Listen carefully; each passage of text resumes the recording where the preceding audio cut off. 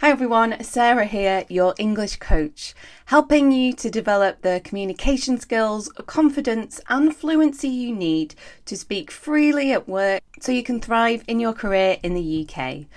Don't forget to like and subscribe so you never miss any tips on how to develop your English skills. Let's get started.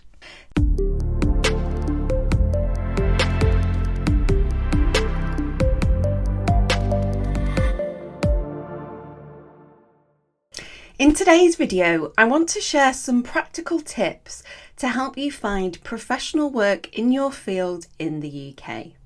When I was running my conversation group for expats on Meetup, this was one of the inquiries I got a lot. Either people were studying in the UK and they were looking for work, or maybe they'd moved to the UK with their partner and they were looking for work in their field. And I know it can be incredibly frustrating. You're really great at what you do, but you just can't seem to break through and find that professional role that you're looking for. Now, the first thing you might think is, okay, I'll just apply to lots and lots of jobs. And while that could get you a good result, it's best to take a step back and think strategically. So here are my 6 tips for improving your chances of finding professional work in your field in the UK. My first tip is to get really clear on what you want. This can narrow down the search process and ensure you're not applying for jobs that you don't really want to apply for and that maybe you don't even have the skills for. Be really clear on what your specific skills are, both technical skills, whether that's in engineering, tech, HR, and also your soft skills, such as problem solving, communication skills, and also your personality. And then really think about the roles that you want and what would be the next logical step in your career. For example, you might be qualified to be in a management role in your field, however, you don't have experience in the UK. So you might be applying to a junior role so you can get that experience with a view to promotion in the future. It's good to remember this because employers might dismiss you if they think you're overqualified for the position. But if they understand why you're doing this, then they're more likely to give you a chance and an interview. Now, the next step when we're applying for these roles is to really perfect your CV and your applications. Don't just use AI. It's very obvious if you use AI to create a CV or your application, it looks very generic. Your CV, make sure that it is brief and concise. So 2 pages of A4 at the most. And a mistake that I see is people, when they talk about their work history, just list the responsibilities in each role. Here, I want you to switch this to list what you gained, what you learned, or what skills you gained in that role. Employers want to see that you're gaining and learning from the positions because that becomes a good employee if you're willing to learn within the role. I often recommend as well including a brief paragraph at your CV, which is your personal profile. Give an overview of your present, your past and the future. So tell them who you are, what you do, where your specialities lie, your experience, how long you've been working in that field, and also your future goals and the kind of role that you're looking for. I say this because this helps you to tailor your CV depending on the role. The biggest mistake that I see is people just send their CV to everybody, but we need to make sure we tailor it to the role. And also, these days of modern technology, when you're applying to jobs with hundreds of applicants, you need to make sure that within your CV, within your application, are keywords that are also in the job advert. Now, this doesn't mean just copy keywords across. Make sure that you actually possess those skills, those qualifications. If in the job interview it's obvious that you don't have those skills, you don't have that experience, it's a waste of time for everyone. These days, it's not so common just to send your CV. You might have to fill in an application, even write a personal statement. But if you're applying to lots of roles and not getting anywhere, make sure that it's tailored to the position, you're using the keywords, and you're giving specific examples from your work experience which demonstrate that you are a good fit for the role. Now, if you are doing all that and you're still not getting anywhere, then make sure that you're building connections and networking. You can do this online or in person. What I'd really recommend is first to get your LinkedIn profile up to date. Make sure it reflects the information on your CV, because often employers will look at your LinkedIn profile, and if there's any differences, this doesn't look good.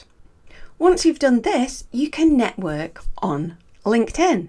You can add people who work for your dream companies, start conversations, ask for tips, look at their career history. How did they get into that role? What qualifications did they have? What experience?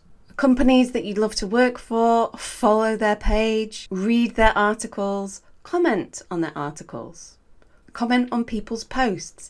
It's all about making connections. If there is a particular development in your field, post about it, talk about it, start conversations. This is how people in the industry get to know you. When you post about a topic, even if you're sharing an article and just writing your opinions on it, you position yourself as an expert in your field. And not only that, it also shows employers that you are really interested in the field and you're proactive. If you're in the UK, you can also go to face-to-face networking events. Search on Eventbrite. I'll put a link in the description. Eventbrite is a great place to find events, usually professional events, that are happening in your local area. These could be related to your field. You could go along to engineering events if you work in engineering, tech events if you work in tech. One client I work with, he was actually studying in the UK and he needed to find a work placement. He'd been really struggling. He'd been emailing these companies that he wanted to work for and just got rejections or completely ignored. Then he went along to one of these events and just got talking to somebody over a coffee. They were talking about developments in the field. And so my client was naturally sharing his interests, his expertise through a natural, real conversation. It turned out he was talking to the CEO of one of the companies he'd been rejected from or ignored. He said, "We've had such a great conversation. Give me your email and I'll get somebody to get in touch with you." And a few months later, he was doing his work placement there. Talking to people, connecting with people on a human level, not just through your application, is such a good way to find these opportunities. Now, networking can happen anywhere. You could meet people who give you ideas, who know people who could give you opportunities so often. Rather than staying at home and just applying, try to stay active and out in the world. If you can find a part-time job in a cafe or volunteering where you're staying active, meeting people and talking to people. This is good for a few reasons. First, it helps you to keep confidence. I know when I first came back from overseas and I was in the UK, I was struggling to find a job. I wasn't going out and doing things, and it made me lose my confidence and feel even less confident when I did get an opportunity for a job interview. You'll probably hear if English isn't your first language. When you are out speaking to people, you're practicing, you're staying fluent, you're learning about the culture as you go. Many of my clients have come straight into professional roles from overseas, and they really struggle with this side of things, with understanding local people, local accents, understanding the culture. So maybe you're in a better position to be in a lower stakes job. It's not your professional work, but you're building that understanding which you can take into that professional role in the future. Now, Something else people tell me is, I need a job that will sponsor my visa. Larger companies, and also companies that are experiencing a skills gap, so who are actively hiring for overseas, will have this strategy in place. They'll be used to sponsoring people. So industries such as healthcare, engineering and tech, companies that are within that field are going to be used to sponsoring people. So it's good to make sure that you are applying to companies that have this process already. It's going to make it a lot easier for you.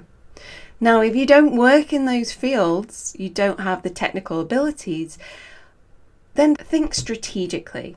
Maybe you work in HR, maybe you work in branding, maybe you work in marketing. Look for those roles in those kinds of companies. Larger companies or even smaller companies within those industries that I mentioned. Now, let's imagine that you've got a job interview. This means that on paper, your CV and the role match. If everything is correct on the CV, then you are a good fit for the role. What they want to see now is that everything on your CV is accurate. And also they want to see you as a person and see how you would fit into the team. It's just a conversation to show them how you are a good fit for the role, and it's the next logical step in your career. A bit of small talk at the beginning is also really helpful. And I remember I was working with a lady who was getting interviews but was never getting past that interview stage. And we talked about making small talk, and she said she arrived, was in a beautiful building, and so she commented on the building. They got into a conversation about that. Both her and the interviewer felt at ease, and also she felt more on the same level. Not that it was somebody trying to test her, but they were just having a conversation. That's such a good mindset to go into interviews with. Next, make sure you are prepared. If they've asked you to prepare a presentation, that sometimes happens, make sure you do that fully and actually practice saying it out loud. Make sure you prepare for the most common interview questions. Often they start an interview with, tell me about yourself. Make this short, clear and concise, and be sure to emphasize your achievements, the skills that you've gained, and also what you enjoy about the work, where you can really show your passion for the work. Next, make sure you have some clear examples of events that have happened during your career. Now, this is really useful when you're answering the competency-based questions. Next, make sure you've done research about the company so they can see that you're actually interested in working for them as a company. It's not just another role, another job interview.